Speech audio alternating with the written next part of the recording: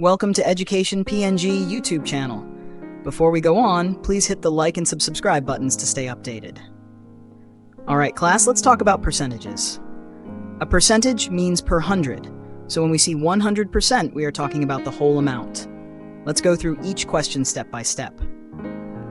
Question 1. What is 100% of 1? Step 1. 100% means the full amount, so we take the number and multiply it by 1.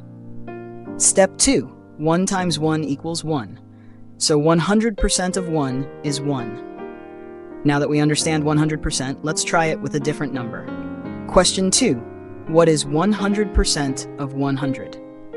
Step 1. Again, 100% means the full amount, so we multiply by 1. Step 2.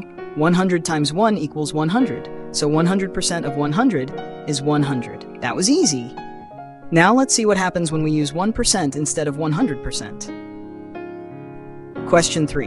What is 1% of 100? Step 1. 1% means 1 out of 100, so we divide 100 by 100. Step 2.